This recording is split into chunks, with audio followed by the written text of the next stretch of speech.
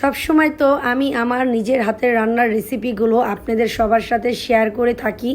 আজকে আমি আপনাদের সবার সাথে শেয়ার করব বাবুর্চিরা কিভাবে রান্না করে সেই রেসিপিটাই শেয়ার করব। তো সবাই কেমন আছেন? আশা করছি সবাই খুব ভালো আছেন। তো এই তো আমার বাসায় সবাই কম বেশি জানেন যে ঈদের পরে অনুষ্ঠান, আর সেই অনুষ্ঠানের জন্যই আজকে এত কিছু আয়োজন করা হয়েছে। আর বাবুর্চির রান্নার জন্য এখানে যা যা লাগবে, তো এখানে আমি আগে থাকতেই তার মতন করেই আয়োজনগুলো গুছিয়ে দিয়েছি, জানি তার কোনো মতে কষ্ট না হয়।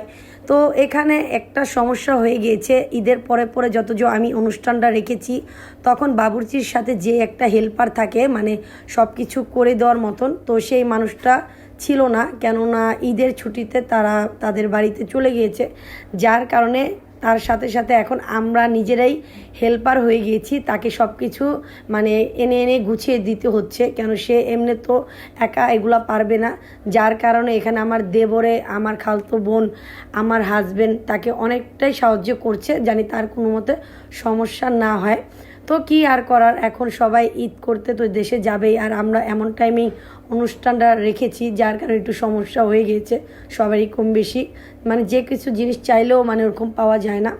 তো এইখানে বাবুর্চি খুব সুন্দর মতন করে মাংসটা মানে রান্না করে নিচ্ছে আগে, মানে মাংসটা সুন্দর মতন রান্নাটা কমপ্লিট করে নিয়ে তারপরে মানে সে পোলাওটা মানে রান্না করবে। আর তাদের রান্নার সাথে আমাদের রান্নাটা কখনোই মিলবে না, কেন তাদের রান্নার ধরনটা খুবই অন্যরকম। তো যাই হোক, এখানে মাংসটা হয়ে গেছে। সে বলছে আমার দেবরকে, তুমি একটু এটা আমার সাথে একটু ধরো, মানে নামাবে। তো মাশাআল্লাহ, এখন এখানে মাংসটা দেখতে পাচ্ছি খুব সুন্দর মতন কালারও এসেছে, আর রান্নাটাও খুব সুন্দর মতন কমপ্লিট হয়ে গেছে। তো সে এখন একটি হাঁড়িতে মানে এটাকে আলাদা করে মানে তুলে রাখছে, জানি এই হাঁড়িতেই আবার সে এখন মানে পরিমাণ মতন পানিটা দিবে। আর আমার চালটা এখানে রয়েছে প্রায় 10 কেজির মতন, আর মাংস হলো তার ডবল, মানে আমি দিয়েছি সেটা হলো 15 কেজি হলো মাংস, আর 10 কেজি হলো চাল। তো টোটাল সে ওই আন্দাজ করে এখানে পানি দিয়ে দিল, আর পানির ভিতরে এখন সব মশলা যা যা লাগবে সে এগুলা দিয়ে দিচ্ছে।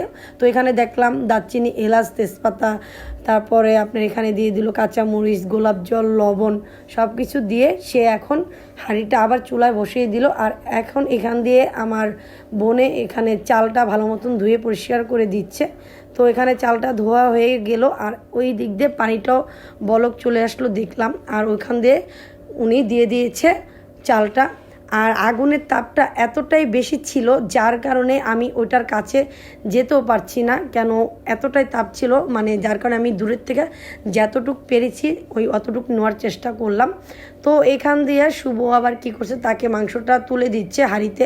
তো এখানে সব কিছু কমপ্লিট হয়ে গিয়েছে, সে এক এক করে দিয়ে এটাকে এখন সুন্দর মতন মানে লবণটা চেক করে নিচ্ছে। আর এখানে সব কিছু দেওয়া হয়ে গেলে এখন এটা কিছুক্ষণের জন্য মানে ঢেকে আবার সময় নিয়ে রান্নাটা করবে। তো এই তো আমি দেখলাম তাদের রান্নার ধরনটা মাশাআল্লাহ খুবই ভালো। তাদের সাথে মানে ওই যে আমি বললাম যে রান্নার ধরনটা কখনই মানে মিলবে না। তো এই তো এখানে আমার চালটাও মানে দেখা যাচ্ছে খুব সুন্দর মতন কমপ্লিট হয়ে গেছে, আর বাকিটা সে একটু দমে রেখে দিবে, তো কমপ্লিট হয়ে যাবে। তো এই তো এখন হয়ে গেছে, এখন দিয়ে দিচ্ছে মানে সব শেষে ঘি। আর এই ঘি দেওয়ার আইডিয়াটা আমার কাছে খুবই ভালো লেগেছে, এত সুন্দর করে মানে সে দিচ্ছে। আর সে আমাদের খুবই পরিচিত একটি বাবুর্চি, সে ঘরোয়াভাবে মানে আমি যেভাবে মানে রান্না করি ঠিক সে আমারভাবে ওভাবেই রান্না করে দিচ্ছে, কোনো বাড়তি কোনো বেশি মশলা দেয়নি। তো রান্নাও খুবই মজা হয়েছে, তার হাতের রান্নার রেসিপিটা খুবই ভালো লেগেছে। তো আশা করছি এই রান্নার রেসিপিটা আপনাদের সবারই ভালো লাগবে।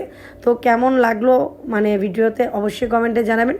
সবাই সুস্থ থাকবেন, ভালো থাকবেন, আল্লাহ হাফেজ।